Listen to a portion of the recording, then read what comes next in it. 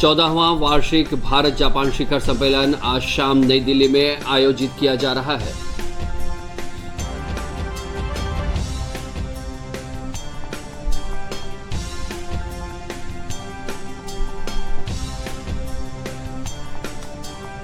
इस शिखर सम्मेलन में प्रधानमंत्री नरेंद्र मोदी के साथ जापान के प्रधानमंत्री फूमियो किशिदा दोनों देशों के बीच आपसी संबंधों को मजबूत बनाने पर चर्चा करेंगे।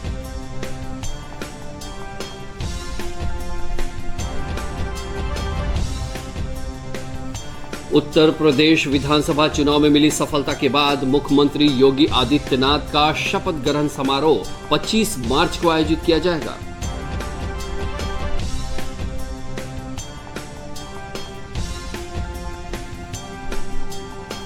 उत्तर प्रदेश के मुख्यमंत्री योगी आदित्यनाथ आज गोरखपुर में पारंपरिक नरसिंह शोभा यात्रा में श्रद्धालुओं के साथ शामिल हुए।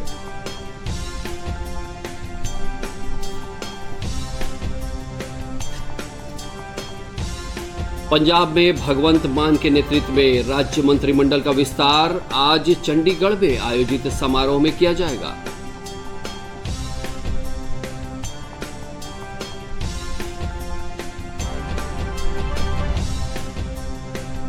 केंद्रीय स्वास्थ्य सचिव राजेश भूषण ने सभी राज्यों और केंद्र शासित प्रदेशों के मुख्य सचिवों को पत्र लिखकर कोरोना को लेकर 5 स्तरीय रणनीति पर जोर देने को कहा।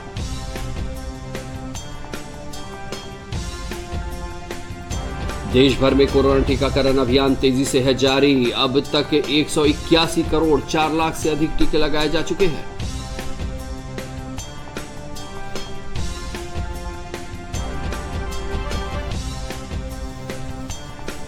बिहार विधानसभा अध्यक्ष विजय कुमार सिन्हा से दुर्व्यवहार मामले में लखीसराय के डीएसपी रंजन कुमार का तबादला कर दिया गया है।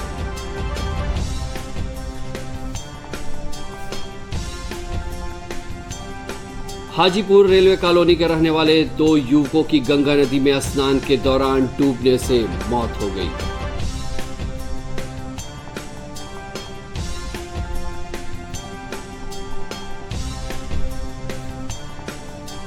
और प्रदेश के 5 शहरों में रिंग रोड बनाए जाएंगे। इसके लिए पटना के अलावा गया, मुजफ्फरपुर, भागलपुर और दरभंगा शहर का चयन किया गया है।